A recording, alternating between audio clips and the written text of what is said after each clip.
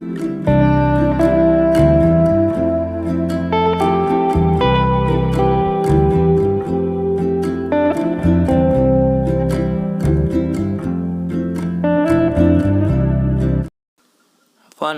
2 3 start.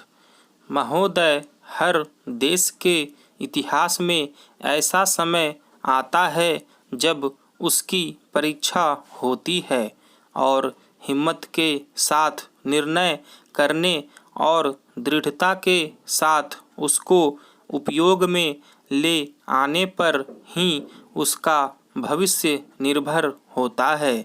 Bharat के लिए यह ऐसा ही समय है। स्वतंत्रता प्राप्त करने के पहले वर्ष से ही हम बड़े कठिन और नाजुक समय से गुजर रहे हैं।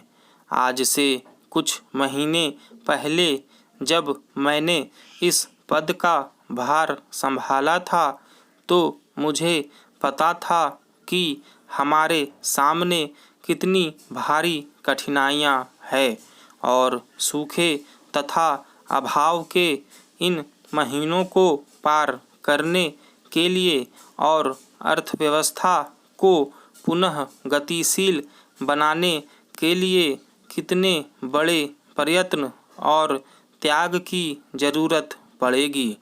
हमें यह समझ लेना चाहिए कि हम असफल नहीं हुए और केवल बुज़दिल ही ऐसा कहेंगे कि हमें सफलता नहीं मिलेगी। विकास के कार्यों को हम इस स्तर पर ले आए हैं जहां और अधिक उपलब्धि तथा लाभ प्राप्त किए जा सकते हैं। शक्ति के इस विशाल भंडार का हमें पूरा पूरा उपभोग करना है। फिर भी सब कुछ ठीक नहीं है।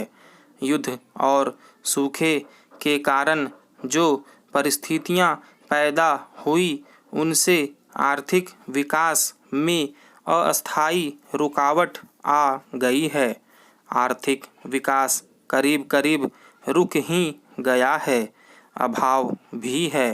विदेशी मुद्रा की आमदनी में कमी के कारण कारखानों की पैदावार पर बहुत असर पड़ा और मजदूरों की छटनी होने लगी। छोटे उद्योगों को विशेष धक्का लगा। निर्यात एक सीमा पर आकर रुक गए। कीमतें तेजी से बढ़ने लगी। निराशा और अनिश्चय फैलने लगा। सबसे बढ़कर जनता कष्ट में है। स्थिति पर काबू पाने के लिए हमने कई कदम उठाए, परंतु ये प्रारंभिक कदम अधिक कारगर न हुए। इसलिए आर्थिक बीमारी को दूर करने के लिए कड़वी दवाई का इस्तेमाल आवश्यक हो गया। अवमूल्यन कोई जादू की छड़ी नहीं है, किंतु यह हमारी अर्थव्यवस्था में आई हुई कुछ गड़बड़ियों को शीघ्रता से सुधार सकता है। भारतीय और अंतर्राष्ट्रीय कीमतों में बढ़ता हुआ अंतर एक ऐसी ही चीज़ थी।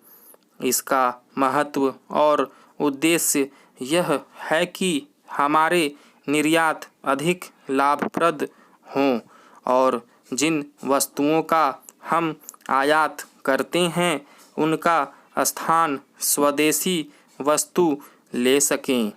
इस तरह सरकारी और निजी क्षेत्रकों में पूंजी लगाने के लिए अधिक अनुकूल वातावरण बन सकेगा। इससे देश की कारीगरी और आविष्कार की प्रतिभा को भी बढ़ावा मिलेगा। महोदय, मैं आपको यह बताना चाहती हूँ कि हमने यह काम विदेशी दबाव में आकर नहीं किया है। देश के भीतर रुपये के मूल्य में 36 पैसे की कमी होने का कोई प्रश्न ही नहीं है। हम विदेशों से और अधिक सहायता प्राप्त करने की कोशिश कर रहे हैं, जिससे हम अपनी आर्थिक व्यवस्था को ऐसे स्तर पर ले जा सकें कि वह स्वयं आगे बढ़ने लगे।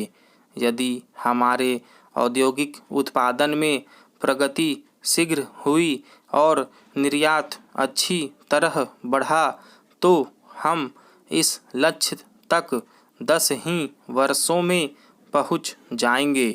अगले 10 वर्षों में निर्यात, पर्यटन, जहाजरानी और ऐसे ही अन्य तरीकों से हमें अपनी आमदनी को तिगुना करना है। हमें निर्यात की जाने वाली वस्तुओं को बहुत बढ़ाना है और स्वदेशी को बढ़ावा देना है, ताकि विदेशी मुद्रा के घाटे को अस्थायी रूप से दूर कर दिया जाए। अवमूल्यन का पूरा लाभ उठाने के लिए यह आवश्यक है कि कीमतों को बढ़ने न दिया जाए। इसके साथ अन्य दिशाओं में भी कई कदम उठाने हैं, परंतु इस समय तो मुझे इस बात की चिंता है कि कीमतें जो पहले ही से बढ़ रही थी, पिछले दिनों और भी बढ़ी है। जिन चीज़ों को बनाने में बाहर से आया हुआ सामान नहीं लगता, उनका दाम बढ़ने का तो कोई कारण ही नहीं है। समाज विरोधी कार्रवाइयों के खिलाफ अनिवार्य वस्तु अधिनियम के अंतर्गत सख्त से सख्त कदम उठाए जाएंगे। यदि ज़रूरत पड़ी तो शासन नए कानून बनाने के लिए भी तैयार रहेगा। सभी नागरिकों से, उपभोक्ताओं तथा उत्पादकों से मैं आग्रह करती हूँ कि दामों में वृद्धि न होने दें।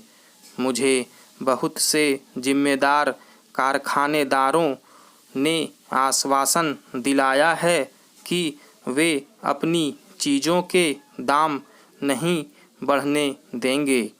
प्रत्येक नागरिक को अनाज, वनस्पति, मिट्टी के तेल जैसी आवश्यक वस्तुएं सही कीमतों पर मिल सके, इसके लिए हम जरूरी प्रबंध कर रहे हैं। उपभोक्ता भंडारों और उचित दाम की दुकानों की संख्या तेजी से बढ़ाई जा रही है।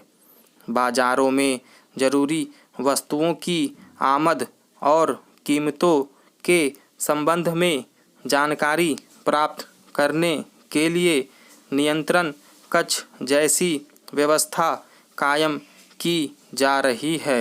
इससे मुनाफाखोरी को रोकने और सामान की स्थानीय कमी को दूर करने के लिए तत्काल कार्रवाई की जा सकेगी।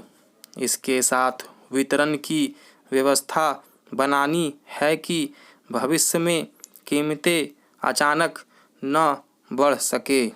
यह केवल मनभाती कल्पना ही नहीं है, इसे बिना देर किए अमल में लाना है।